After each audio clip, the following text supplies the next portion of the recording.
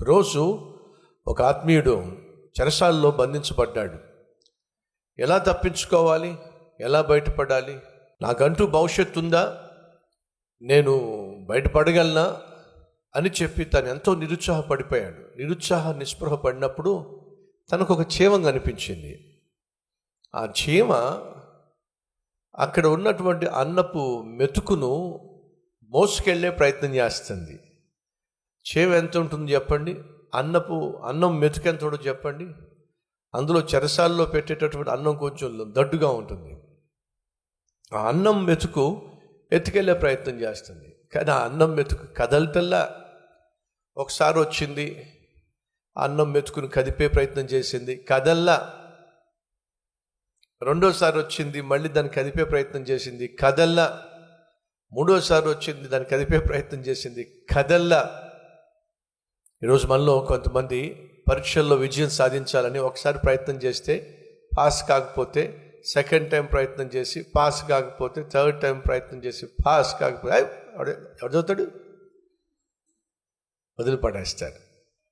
ఉద్యోగ ప్రయత్నం ఒకసారి చేశారు, 2 సార్లు చేశారు, 3 సార్లు చేశారు, 4 సార్లు చేశారు, రాలేదని నాకు అసలు ఉద్యోగం చేసే యోగం లేదా, ఉద్యోగం చేసే రాత ఇక్కడ లేదు, అసలు ఉద్యోగం చేశారు రాత లేదు ఇక్కడ అని చెప్పి ఉద్యోగం ప్రయత్నం మానేస్తారు.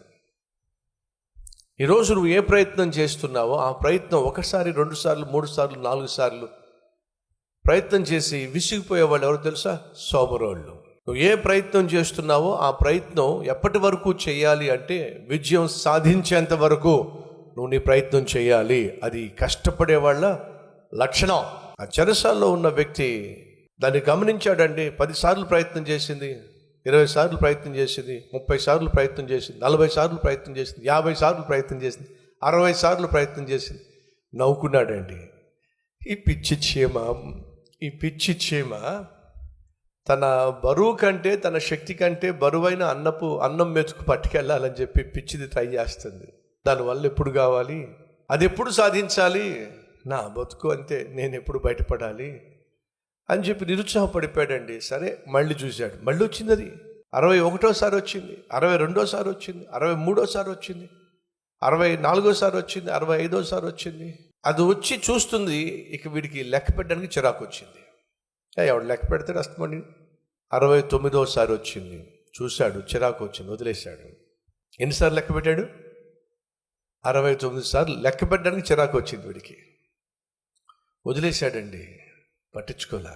తర్వాత కాసేపు ఆగి ఇది ఏం చేసి ఉంటుంది అన్నం మెతుకు అని చెప్పి చూశాడు. చీమ కనిపించలా, అన్నం మెతుకు కనిపించలా. అరే ఏది అన్నం మెతుకేది, చీమేది అని చెప్పి మొత్తం ఆ రూమ్ అంతా చూస్తే దర్జాగా అది అన్నం మెతుకుని మోసుకుంటూ వెళ్ళిపోతుందండి. అది కష్టపడడం అంటే, అది సాధించటం అంటే. అందుకే బైబిల్ సెలవిస్తుంది ఏమిటి? చీమల దగ్గరికి వెళ్ళి బుద్ధి తెచ్చుకో, అవి బహు చురుకైనవి, కష్టపడేవి.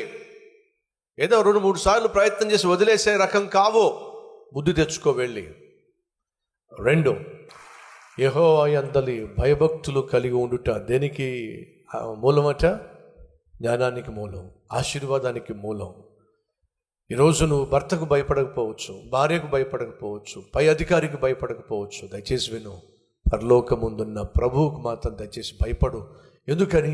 ఒకరిని హెచ్చించువాడు ఆయనే, ఒకరిని గద్దె దించువాడు ఆయనే. చీమలు తనకివ్వబడిన బాధ్యతను, తమను సృష్టించిన సృష్టికర్తను దృష్టిలో పెట్టుకొని క్రమశిక్షణ కలిగి అవి పనిచేస్తాయి.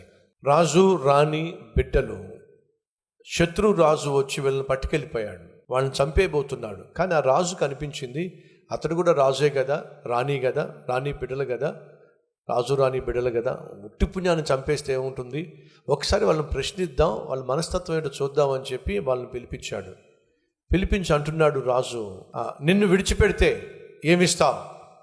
నా రాజ్యంలో సగం ఇచ్చేస్తాను. సరే, నీ బిడ్డలను విడిచిపెడితే ఏం చేస్తావు? నా రాజ్యం మొత్తం ఇచ్చేస్తాను.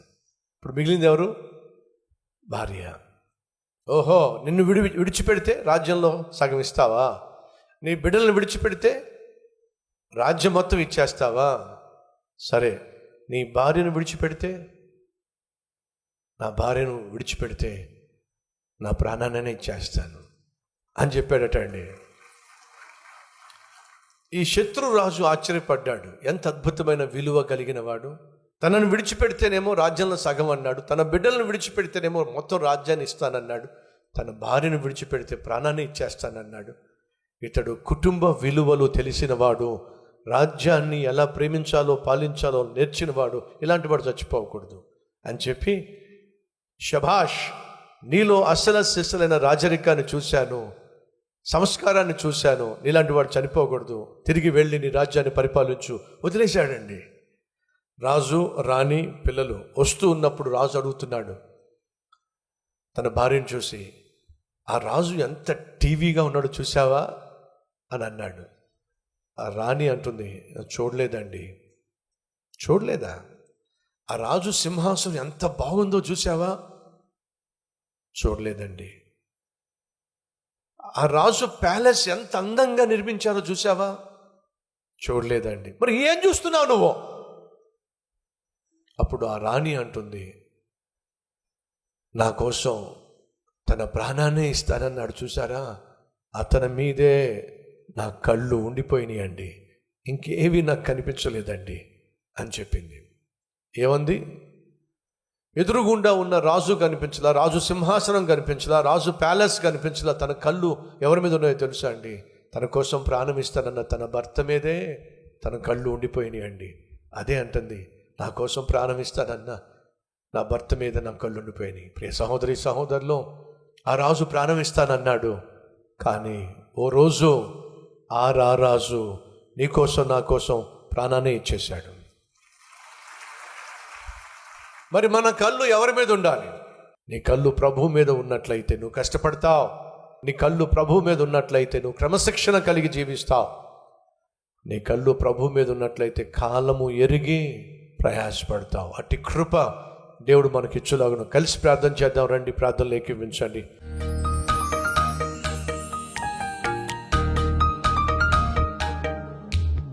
మహాపరిశుద్ధుడు అయిన ప్రేమ కలిగిన తండ్రి, శ్రేష్టమైన సందేశం ద్వారా ప్రతి ఒక్కరితో మీరు మాట్లాడినందుకు వందనాలు, స్తోత్రాలు నాయన. విత్తబడిన ఈ వాక్యాన్ని ఫలింపచేయండి. వాక్యానుసారంగా ప్రతి ఒక్కరూ జీవించలాగున సహాయం చేయండి. కష్టపడి పనిచేయాలి, కాలమును గుర్తించాలి, క్రమశిక్షణ కలిగి జీవించాలి. భార్య భర్త బిడ్డలున్నాయన కలిసికట్టుగా ముందుకు సాగాలి. క్షేమలు కలిసే ఉంటాయి తప్ప విడిగా ఉండవు, వేరుగా ఉండవు. పోట్లాడుకో, కొట్లాడుకో నాయనా. ఈరోజు మా కుటుంబాల్లో ఎంతోమంది భార్య భర్తలు కొట్లాడుకుంటున్నారు, పేరెంట్స్ పిల్లలు కొట్లాడుతున్నారు, కుటుంబంలో శాంతి సమాధానం లేకుండా జీవిస్తున్నారు. వాక్యానుసారంగా జీవించులాగున సహాయం చేయండి. పరిశుద్ధమైన జీవితం మాకు ప్రసాదించమని యేసు నామం పేరట వేడుకుంటున్నాం తండ్రి, ఆమెన్.